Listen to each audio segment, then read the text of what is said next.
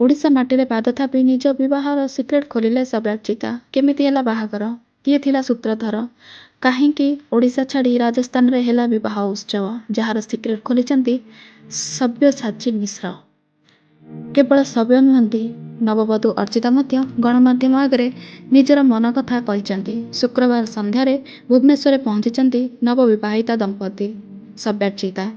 Real ଲାଇଫ୍ରେ ପତି ପତ୍ନୀ ହୋଇଛନ୍ତି ଅଭିନେତା ସବ୍ୟସାଚୀ ଓ ଅଭିନେତ୍ରୀ ଅର୍ଚ୍ଚିତା। ଗତ 1 ତାରିଖରେ ରାଜସ୍ଥାନରେ ସେମାନଙ୍କ ରାଜକୀୟ ଢଙ୍ଗରେ ବିବାହ ସରିଛି।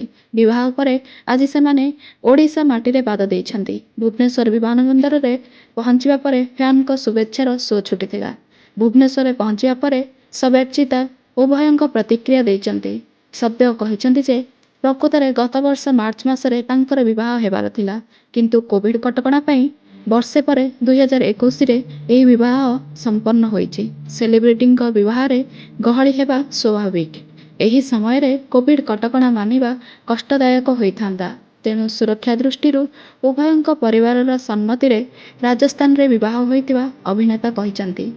ସବ୍ୟସାଚୀ ନିଜ ଜୀବନର ସଫଳତାର ଶ୍ରେୟ ଅର୍ଚ୍ଚିତାଙ୍କୁ ଦେଇଛନ୍ତି।